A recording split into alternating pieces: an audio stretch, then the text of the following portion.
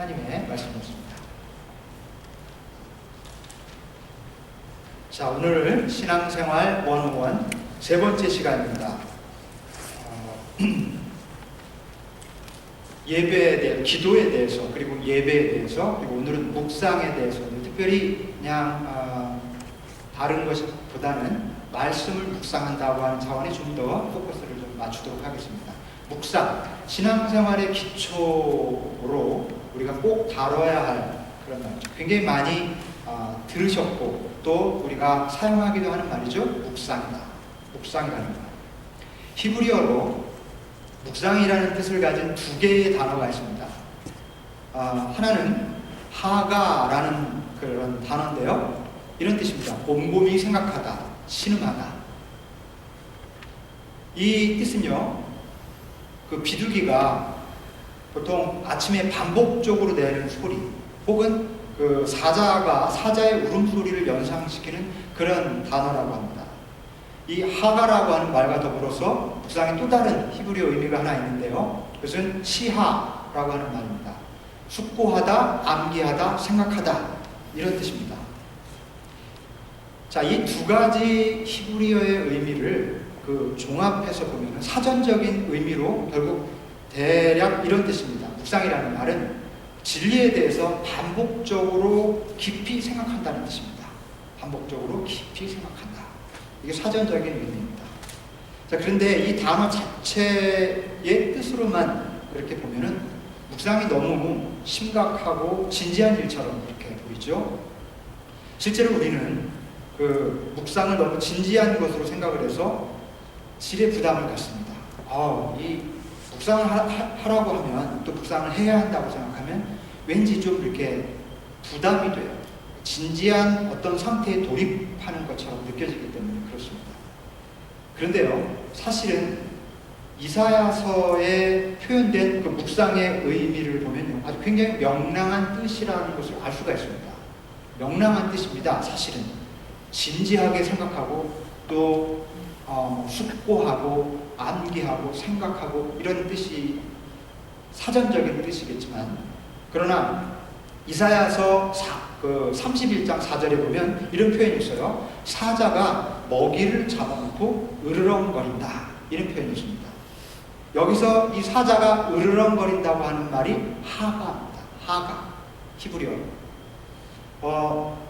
이것은 사자가 먹이를 잡아놓고 으르렁거린다고 할 때 보통 우리가 생각하듯이 사자가 자신의 위용을 드러내거나 또는 이것을 함부로 오지 못하게 협박하려고 하는 소리라고 생각하는데, 사실은 그게 아니라 먹이를 이렇게 움켜쥐고서 너무 좋아서 어쩔 줄 몰라서 내는 즐거운 신음소리가 바로 하가라는 거예요. 사자가 먹이를 잡고 죄송합니다. 으르렁거린다. 너무 좋아서 내는 즐거운 신음소리.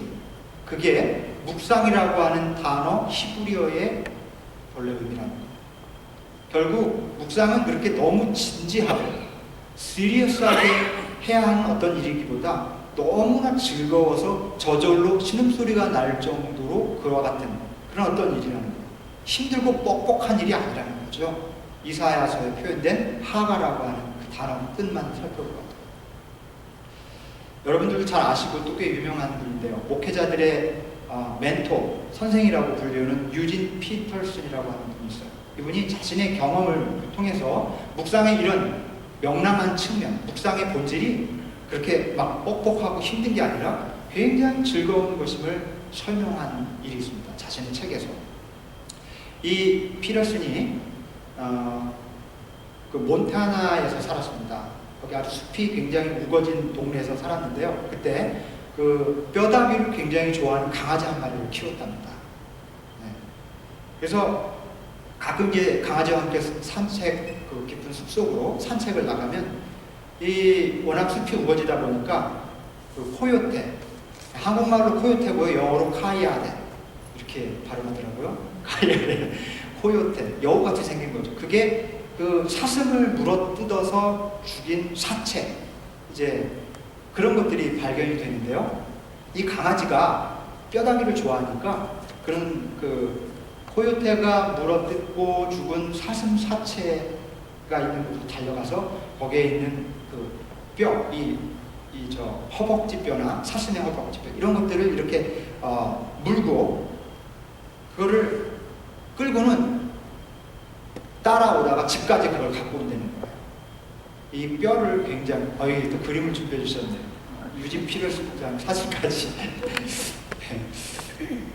하여튼 대단하십니다. 우리 파워포인트 준비하시는 조정호 집사님. 너무 실감나죠? 그래서 이 뼈를 질질 끌면서 집으로 운반해 와서는 그 뼈를 가지고 이 강아지가 막 장난을 치다가 곧 은밀한 곳으로 그 뼈를 끌고 가서 사람이 보지 않는 곳에서 거기서 더 막 즐겁게 물어뜯으면서 그 맛을 즐긴다는 겁니다. 그런데 때로는요, 이 강아지가 아주 나지막하게 가랑가랑 하는 소리를 내는데, 여러분 강아지 키워보신 분들 아실 거예요. 그게 강아지가 가랑가랑 화를 내거나 위협하려고 하는 게 너무 좋아서 내는 소리라고 그러죠. 강아지들이 그 뼈를 물고는 가랑가랑 소리를 내는 그 소리, 으르렁 가랑, 그게 하가라는 뼈다귀를 좋아하는 강아지가, 이 비유가 좀 그렇습니다만은 떡다구를 좋아하는 강아지가 너무 즐거워서 내는 소리가 하가라는 거예요.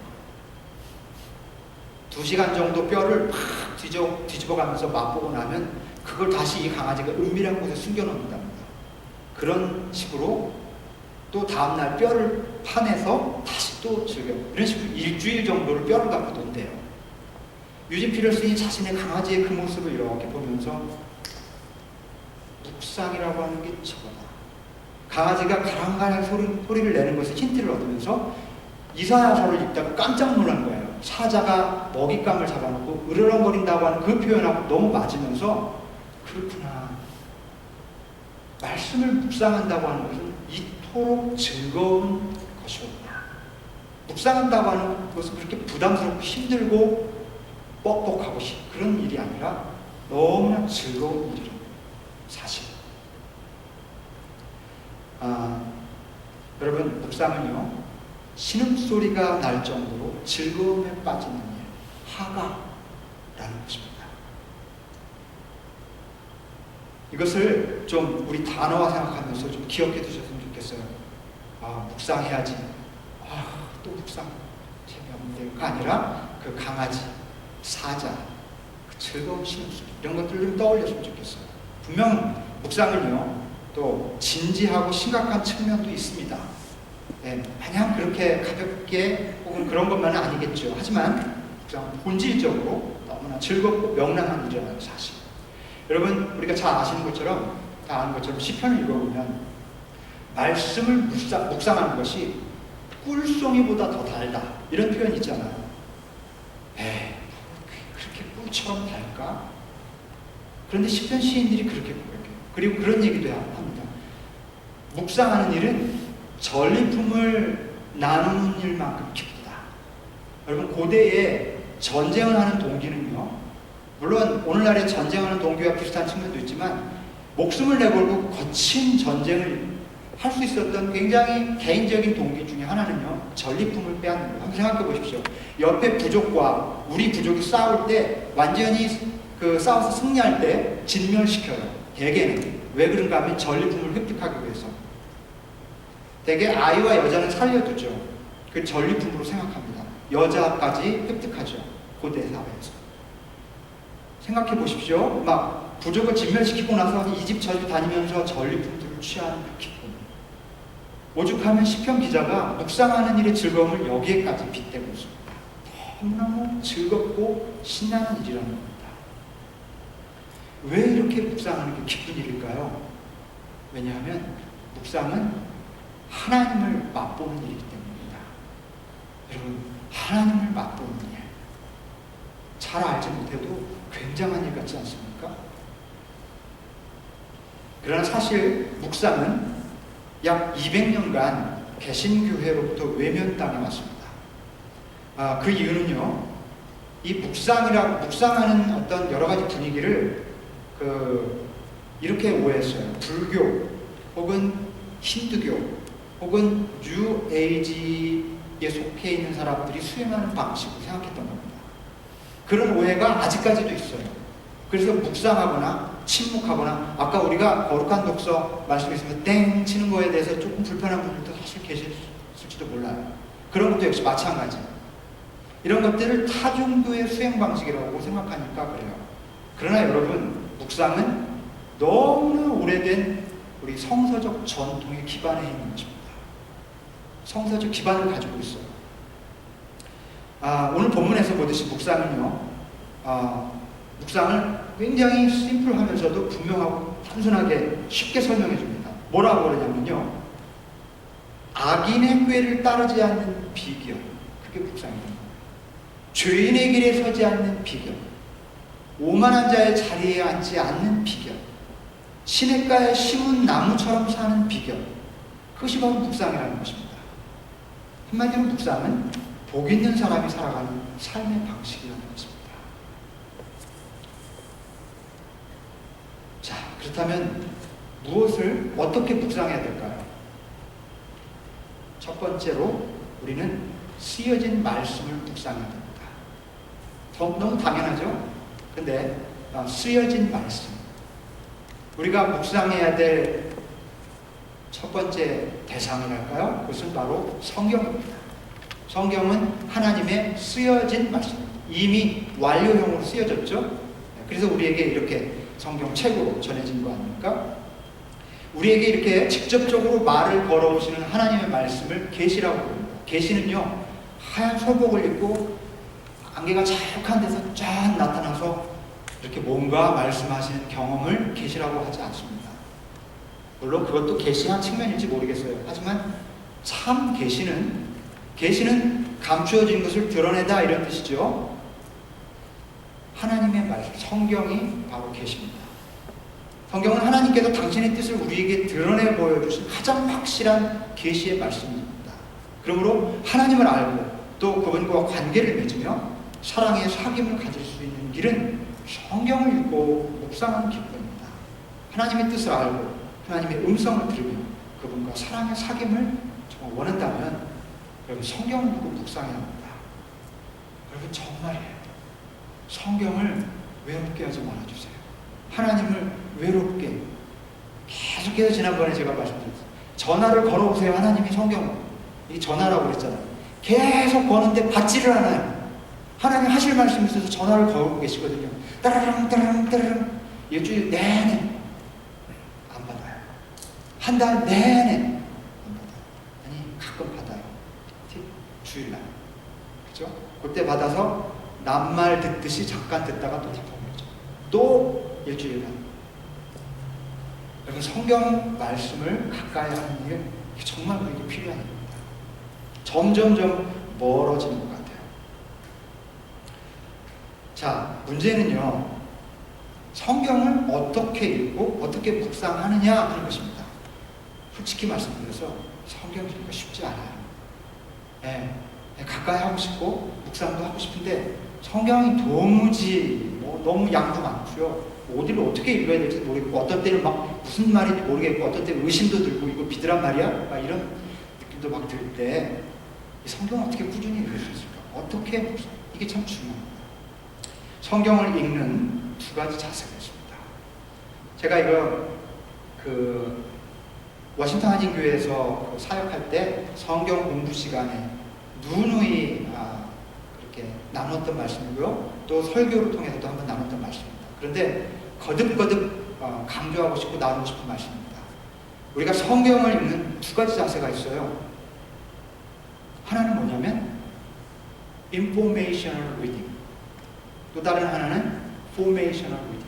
여러분, 이 두 가지 자세를 잘 이해하면 굉장히 새로운 차원의 눈이 열릴 수 있습니다. informational reading은요, 말 그대로 information, 지식, 정보를 얻기 위한 성경 읽기입니다. 자, informational reading의 자세는 뭐냐면요, 내가 성경을 읽는 거예요. 내가 주체, 성경 읽기라고 하는 사건 속에서 나는 주체가 되고 성경은 대상이 됩니다. 내가 성경을 분석하고 또 바라보고 이해하려고 이렇게 내가 어프로치하는 거죠. 성경을 학문적으로 연구하는 자세, 이거 인포메이셔널 리딩입니다.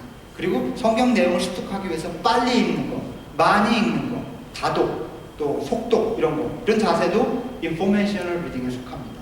반면에 formational reading은 formation, 형성, spiritual formation, 영성을 형성하기 위한 읽기예요. 그것을 formational reading이라고 합니다. 이것은요, 성경이 주체가 되고요, 내가 객체가 됩니다. 내가 대상이 돼요. 이 formational reading에서는요, 이 성경이 나를 읽습니다. 자, 이 표현이 조금 낯설고 어려울 수 있어요. information reading에서는 내가 성경을 읽는데, 이 formational reading에서는 성경이 나를 읽는 사건이 일어나는 거예요. 하나님의 뜻을 알고 하나님의 음성을 듣는 거예요. 말씀이 나를 읽도록 하게 함으로써 성경이 나를 읽도록 허락합니다. 이때 성경 읽기의 목적은 지식 습득이 아니라 내게 주시는 하나님의 말씀을 경청하는 것이고요, 그 말씀을 따라 내 삶을 포메이션 해가는 겁니다. 빨리 많이 읽기보다 천천히 깊이 읽어갑니다. 여러분, 우리가 예배 시간에 거룩한 독서 두 분이 나오셔서 성경을 읽어주시는 이 낯선 순서를 시도하는 까닭은요, 이 포메이셔널 리딩에 여러분들을 좀 초대하고 싶어서 그렇습니다. 읽다가 전부 다 이해하지 못해도 돼요. 한 줄 혹은 한 단어에라도 딱 클릭이 되면 다른 건 안 들으셔도 돼요. 그거를 붙잡는 겁니다. 하나님이 내게 주신 말씀이라고 믿고, 자, 그런 연습들을 앞으로 꾸준히 좀 계속 했으면 좋겠어요. 포메이셔널 리딩으로 성경을 읽는 자세를 묵상이라고 합니다. 인포메이셔널 리딩은 묵상이 아니에요. 성경은요, 포메이셔널 리딩으로 읽어야만 제대로 읽을 수 있는 책입니다. 통독, 다독, 학문적 연구와 같은 인포메이셔널 리딩도 필요해요. 그것이 불필요하거나 잘못됐다는 게 절대로 아닙니다. 해야 해요, 꼭. 그렇지만 왜 우리가 인포메이셔널 리딩을 하느냐? 포메이셔널 리딩을 돕기 위해서. 성경은 지식을 전달해 주려고 쓰여진 책이 아니에요. 나를 영적으로 포메이션을 하게 하기 위해서 주어진 책이기 때문에. 그래서 인포메이셔널 어프로치를 해서는 안 된다기보다 그것은 궁극적인 목적이 아니라는 겁니다. 만약에 성경을 인포메이셔널 리딩으로만 읽고 그치면 우리는 성경에 대한 지식을 가질 수는 있을지 몰라도 성경은 내 삶에 아무런 영향도 미치지 않습니다. 우리의 신앙의 연주가 긴데도 불구하고 내 삶이 보다 성숙해지고 내가 영적으로 더 깊어지지 못하는 까닭은 포메이션 되어가지 않기 때문에 그래요. 영적으로 더 형성되어 가야 하는데 나를 그렇게 맡기지 않기 때문에. 만약에 그러면 성경은요, 말씀이 아니라 그냥 말일 뿐이에요. 그리고 그런 자세로 성경을 읽으면 뉴스페이퍼나 일반 서적을 읽는 것하고 다를 바가 전혀 없는 겁니다. 신앙은, 그리고 영성은 그럴 경우 전혀 형성되지 않습니다. 포메이셔널 리딩의 전제는요, 자, 어떻게 포메이셔널 리딩을 할 것인가? 전제를 우리가 이해할 필요가 있습니다. 이 포메이셔널 리딩을 하려면 그 전제가 뭐냐면 성경이 거룩한 하나님의 말씀이고, 그리고 현재 나에게 무언가 말씀하려고 하는 메시지가 있다고 하는 것을 받아들여야 됩니다. 그렇지 않으면 포메이셔널 어프로치를 하기 어려워요. 이 말씀이 그냥 옛날 언젠가 누구에 의해서 쓰여졌다라고만 생각하면 별로. 그러나 분명히 내가 오늘 이렇게 펴서 읽는 그 본문이 나에게 틀림없이 무언가를 말씀하고 있다. 그런 믿음이 전제되어야만 포메이셔널 어프로치를 할 수 있다는 겁니다. 이 전제를 받아들이면요, 성경 읽기는 이전과 전혀 다른 차원입니다. 예수님과 베드로가 만나는 장면을 읽을 때, 자, 예수님이 베드로를 어떻게 만나나 인포메이셔널 어프로치를 하면 어떻게 만났는지에 대한 지식을 알 수 있어요. 하지만 그 본문을 읽을 때 이 말씀이 오늘 나에게 내 삶이 처한 상황에 뭔가 메시지를 던지고 있는 말씀이다 라는 전제를 가지고 다시 천천히 읽으면 놀랍게 메시지가 나에게 다가와요. 전혀 다른 사건이 벌어집니다. 성경 읽기는 전혀 다른 차원이 되고 일반 서적이나 신문 읽듯이 읽을 수가 없습니다. 기대가 생기고 한 문장 한 문장을 조심스럽게 살피고 곱씹고 그래서 그렇게 읽게 됩니다. 이게 뭘 말하는 걸까? 이렇게 귀를 기울이게 됩니다. 그래서 묵상으로서의 성경 읽기는요, 읽기가 아니라 듣기입니다. 그렇게 말해요. 우리의 성경 읽기는 읽기가 아니라 듣기가 되어야 된다는 말입니다. 내가 성경 읽는 게 아니라 성경이 나를 읽는다는 말이 바로 이런 뜻입니다. 이렇게 듣는 자세로 말씀을 묵상하면 하나님의 말씀은 우리 삶에 질서를 부여해주고 로고스, 질서를 부여해줍니다. 그리고 우리는 점점 하나님의 뜻을 따라서 더 아름답고 성숙하게 포메이션 되어가는 것입니다. 여러분, 성경을 대하는 사람들의 태도가 굉장히 상반적이에요. 극단적이지만 두 가지로 이렇게 상반됩니다. 하나는요, 성경을 도저히 못 믿겠다. 야, 이런 말도 안 되는 걸 믿으란 말이야? 이런 걸 믿고 있단 말이야, 기독교인들이? 이런 자세. 또 우리 안에도 기독교인이라고 하면서도 사실은 전혀 받아들이지 못하는 분들이 있어요. 성경을 도저히 못 믿는 사람들이 있고요. 반대로 성경을 무조건 의심 없이 믿는 사람들이 있습니다. 의심 없이 믿으려는 사람들. 이쪽이 좋은 것 같죠? 근데 그렇게 썩 좋은 것만이 아닙니다. 여러분, 이 두 가지 자세를 이렇게 말합니다. 전문 용어로 불신, 맹신. 성경을 불신하거나 맹신하는 자세는 둘 다 좋지 않습니다. 무조건 막 목사님들이 거룩한 말씀이니까 믿어! 의심 없이 믿는 게 좋은 거야. 이렇게 가르쳐 왔기 때문에 맹신하는 습관이 생겼는데요. 좋지 않습니다. 불신이나 맹신이나 거의 비슷한 수준이에요. 왜 우리가 성경을 불신하지 않으면 맹신하는 쪽으로 빠지게 될까요? 대답은 아주 간단합니다. 묵상하지 않기 때문에. 성경을 묵상하지 않으면 맹신이나 불신으로 빠집니다. 우리가 묵상할 때 성경을 불신이나 맹신에 빠지지 않게 해줍니다.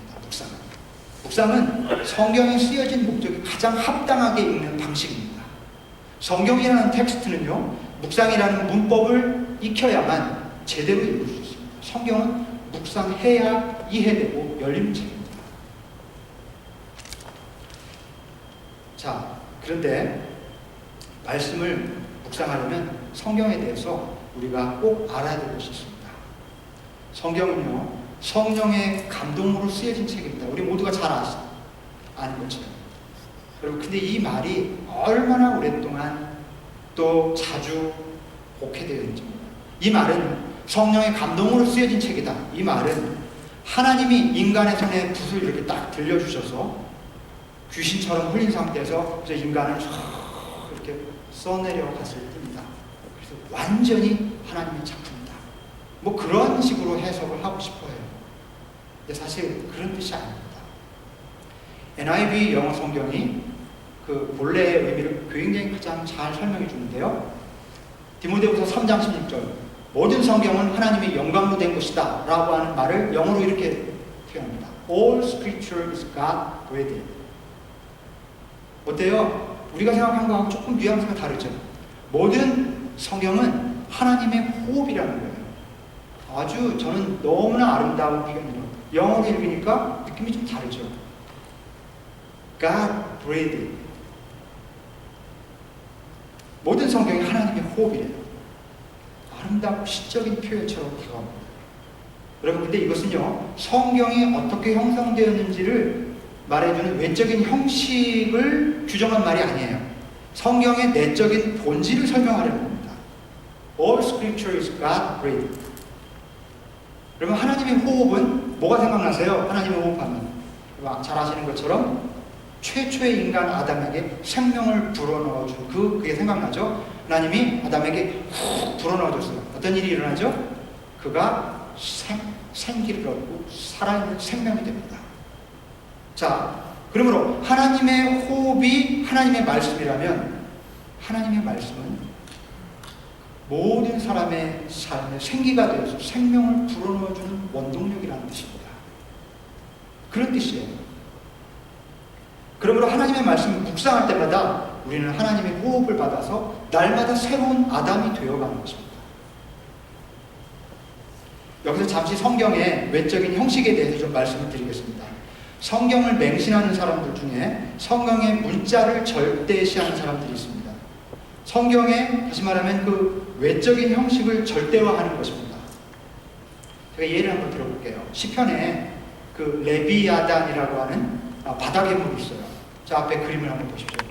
마치 우리로 치면 용, 이무기 뭐 이런 거에 가까워요. 레비아단, 전설 속의 어떤 그런 괴물이에요.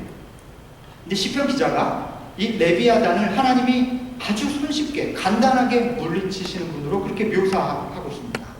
그 장면을 우리가 읽거나 묵상할 때 문자주의에 빠져 있으면, 그리고 문자주의에 빠진 사람들은 이것도 하나님의 말씀이기 때문에 실제 일어난 사건으로 믿어야 된다고 주장합니다. 성경에 있는 모든 표현들은 실제 일어난 사건으로 믿어야 된다고 생각해요. 근데 여러분, 사실 이 묘사는 하나님의 전능하심에 대한 일종의 시적인 표현이에요. 하나님이 레비아단을 고꾸라뜨리셨다. 이거는 어떤 해프닝, 일어난 어떤 사건에 대한 보도라기보다 전능하신 하나님을 노래하는 노래, 시예요. 레비아단은 고대인들에게 가장 강력한 또 두려운 원수의 상징이거든요. 세상에서 가장 두려운 것을 간단히 물리치는 분이 하나님이로구나. 전능하신 하나님을 알리기 위해서 이와 같은 시를 노래한 겁니다. 만약 우리가 이 본문을 무조건 사실로 믿으려고 하면 문자주의의 맹신에 빠지게 됩니다. 반대로, 야, 성경에 이런 거짓말이 다 있어. 하나님이 레비아단을 그렇게 물리쳐? 라고 무조건 믿지 못할 것이라고 생각하면 불신에 빠집니다. 그러나 만약 이 시편의 이 본문을 우리가 만약 묵상한다고 하면 본래 그 말씀이 가지고 있는 메시지를 알아채고 제대로 그 말씀을 음미하게 되는 겁니다. 이렇게 묵상은 우리를 불신이나 맹신에 빠뜨리지 않고 본래 그 성경 말씀을 이해하게 하는 아주 귀한 것입니다. 여러분, 성경은요 정말 다양한 방식으로 기록되어 있습니다. 역사적인 사건을 기록한 기록들도 있고요, 역사적인 사건을 신앙적으로 해석한 글도 있습니다. 해석된 글도 있어요. 그리고 하나님의 은혜와 감동을 시와 노래로 표현한 글들도 있고, 비유와 은유와 상징으로 표현된 글들도 있습니다. 심오한 깨달음을 표현하기 위해서 때로는요 과장하거나 모순처럼 보이는 강조어법을 사용하기도 합니다. 다양한 하나님 경험을 표현하기 위해서 때로는요 받아들이기 거북한 표현까지도 성경은 스스럼 없이 사용합니다.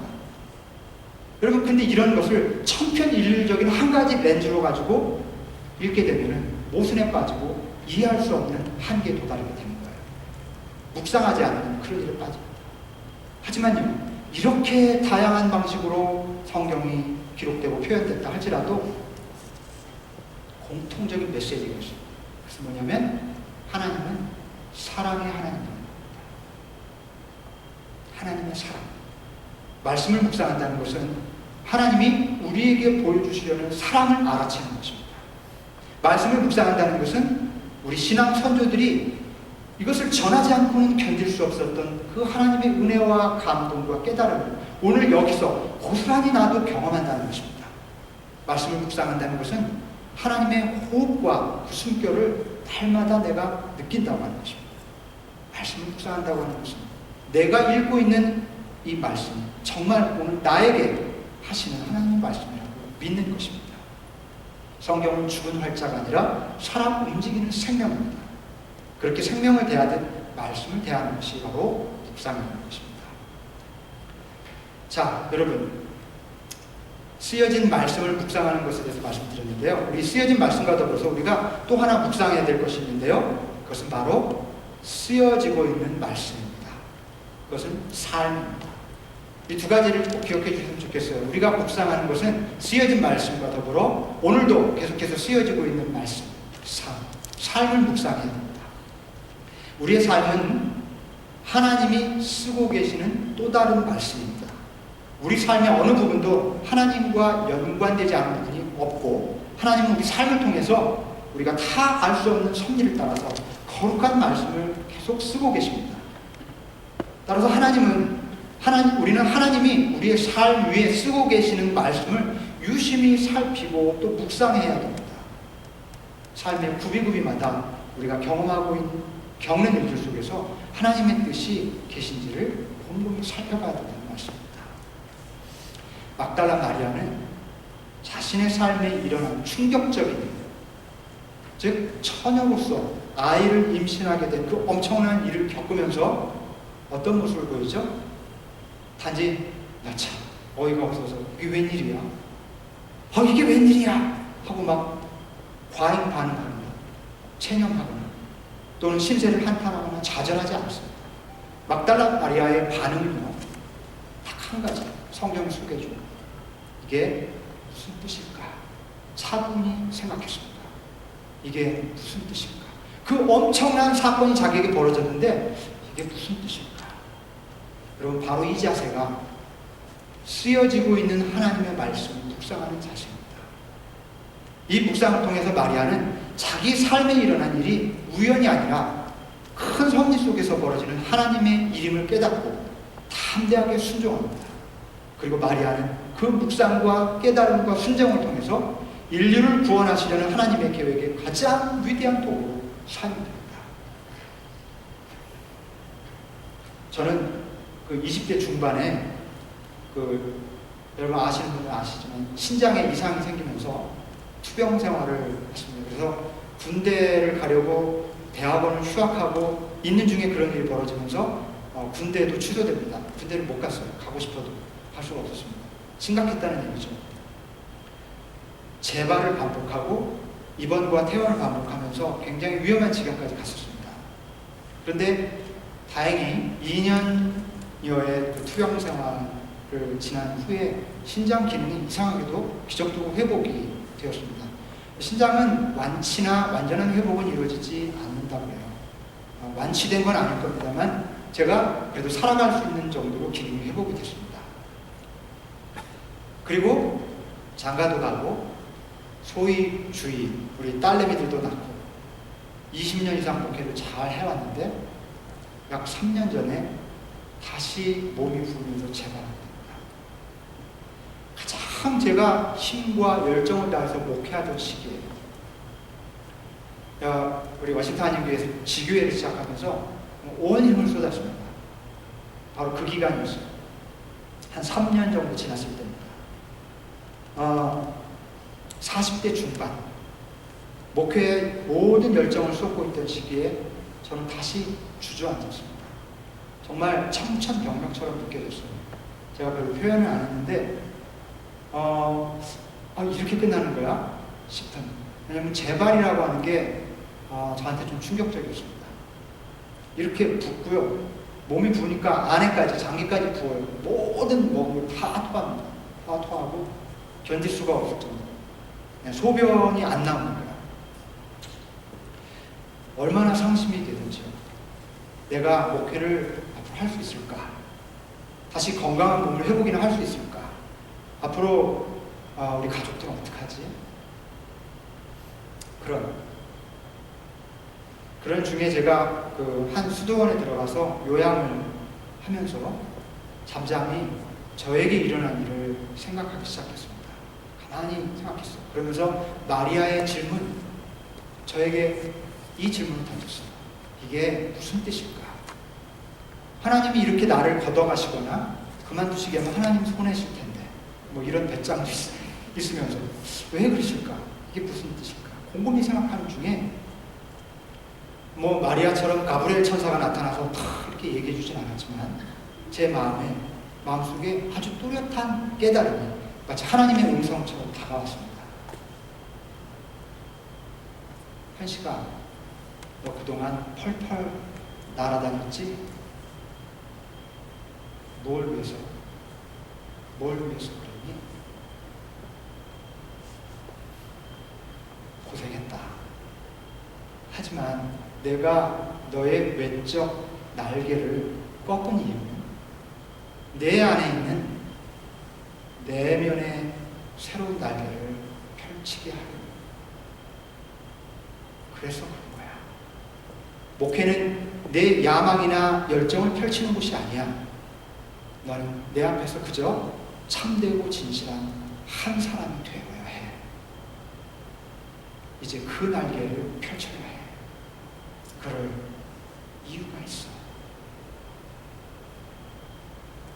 저는 그걸 이렇게 기록해놨어요.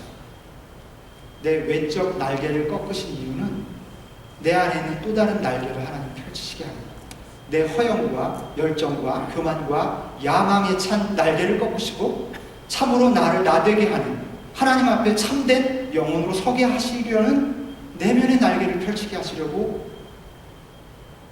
내 외적인 날개를 꺾으셨구나. 정말 너무나 뚜렷한 묵상의 열매였습니다. 그리고 하나님의 음성이었습니다. 저는 그래서 고백할 수 있어요. 내 연약함이, 내 육신의 연약함이 나를 위해 얼마나 유익한 일이었는지. 지금도 우락부락하거나 막 튼튼하지 않잖아요. 하지만 겁은 없어요. 걱정이 없어요. 왜냐하면 제가 연약함을 느낄 때마다 제 내면을 생각하게 되니까. 이런 구조가 저한테 얼마나 블레싱이고 선물인지 알 수가 없습니다. 여러분, 우리 삶의 마당에는 기쁜 일, 슬픈 일, 기가 막힌 일, 믿을 수 없는, 펄펄 뛰도록 좋은 일, 이런 일들이 끊임없이 반복되고 일어납니다. 업앤다운을 가득하면서. 그리고 그때마다 즉각적으로 반응하면서, 감정적으로 반응하면서, 허둥지둥대면서 살아간다면 하나님께서 내 삶에 쓰고 계시는 그 소중한 메시지들을 다 놓치고 말 겁니다. 무슨 일이 일어나든 이게 무슨 뜻일까? 차분하게 묵상할 줄 알아야 합니다. 그래야 우리 삶에 쓰시고 계시는 그 거룩한 메시지를 알아챌 수 있어요. 여러분, 어려움 가운데 계십니까? 무슨 뜻인지 생각해 보시기 바랍니다. 하나님은 이 고난 속에서 무슨 말씀을 쓰고 계시는지 그 발견할 줄 알아야 해요. 그래서 묵상하는 삶이 필요합니다. 묵상은 언제나 우리에게 깨달음을 선물로 줍니다. 그리고 그 깨달음은 우리에게 믿음을 갖게 해주고요. 그 믿음은 내가 현재 상황에서 마땅히 해야 할 바를 알게 해줍니다. 그래서 하나님께 담대히 순종하게 해줍니다. 그때 주어지는 결과는 상상할 수 없는 것들일 때가 많습니다. 여러분, 이것이 놀라운 묵상의 메커니즘입니다. 묵상할 때 깨달음이 주어지고, 깨달음은 우리에게 믿음을 가져다 줘요. 믿음은 내가 지금 무엇을 해야 하는지를 알려주고 하나님께 순종하게 합니다. 이 메커니즘을 맛볼 수 있길 바랍니다. 자, 이제 묵상에 대한 말씀을 마무리하기 위해서 한 가지 이야기를 마지막으로 들려드리겠습니다. 제가 중학교 1학년 무렵에 교회에서 한 여학생을 짝사랑했습니다. 이 얘기 벌써 한번 한 거라서 이미 아시는 분도 계신데, 다들 짝사랑 하잖아요. 아니, 목사님이 저럴 수가, 뭐 그런 눈초리로 보시지 마세요. 이 학생이요, 얼굴이 하얗고 피아노 잘 치고 그리고 말수가 없어요. 얼마나 신비하고 매력적인지. 맨날 그 여학생 생각하는 거예요. 멀리서 바라보면서 이렇게 소가리를 끙끙하면서 혼자 좋아했습니다. 그런데 어느 날 이제 교회를 가려고 하는데 운명처럼 그녀와 길에서 마주쳤어요. 이럴 수가. 근데 얼마나 좋으면서 당황스러운 거 있죠? 막 가슴이 뛰고 두근거리고, 근데 뭐 피하고 싶은 거예요. 너무 좋으니까. 대충 이렇게 형식적으로 인사를 나누고는 교회를 향해서 걸었습니다. 근데 어색하잖아요. 어색한 시간이 흐르고 있는데 이 친구가 좀 주저하더니 제 이름을 부르는 거예요. 제가 이럴 수가, 내 이름을 부르다니 속으로 도대체 무슨 말을 하려고 하는 거지? 혹시 얘도 나를? 뭐 이런 생각도 해봤는데 잠깐 동안 별 생각을 다 하다가 심지어 아무렇지도 않다는 듯이 대답을 했어요. 왜? 그랬더니 친구가 부끄러운 듯이 이렇게 고백합니다. 너 눈썹이 너무 착하게 생긴 것 같아. 눈썹이 너무 착해. 이 사진을 찍게 또 눈썹이 너무 착하게 생긴 것 같아요. 아니면 하고 많은 부위 중에 눈썹이에요. 그리고 잘생기면 잘생긴 거지 착한 건 또 뭐냐고. 여러분 제가 이 여학생이 한 말을 가지고 얼마나 오랫동안 묵상했는지 아십니까? 오랫동안 묵상해요. 이게 도대체 무슨 뜻일까? 이게 날 호감이 있다는 뜻일까? 눈썹, 야 착하다 한마디 한마디를 깊이 묵상하게 됩니다.